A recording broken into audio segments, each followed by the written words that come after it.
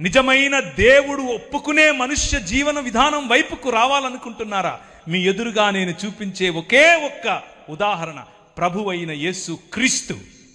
ఆయనలో పాపం, దోషం, బలహీనత కనిపించదు. భూమి ఆకాశములను సృజించిన వాడైనప్పటికీ సాధారణమైన మనిషిగా న్యాయమును జరిగించటానికి, కనికరమును ప్రేమించటానికి, దీన మనస్సు కలిగి యెహోవా ఎదుట జీవించటానికి మన ముందుకు సాధారణమైన మనిషిగా వచ్చాడు.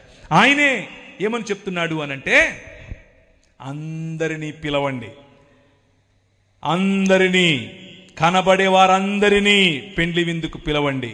వాళ్ళు వెళ్ళి చెడ్డవారేమి మంచివారేమి తమకు కనబడిన వారందరినీ పోగు చేసిరి గనుక విందుకు వచ్చిన వారితో ఆ పెండ్లి శాల నిండెను. రాజు కూర్చున్న వారిని చూడ లోపలికి వచ్చి అక్కడ పెండ్లి వస్త్రము ధరించుకొనని ఒకరిని చూచి స్నేహితుడా అని పిలుస్తున్నాడు. ఇది రాజు పని, నీ పని కాదు.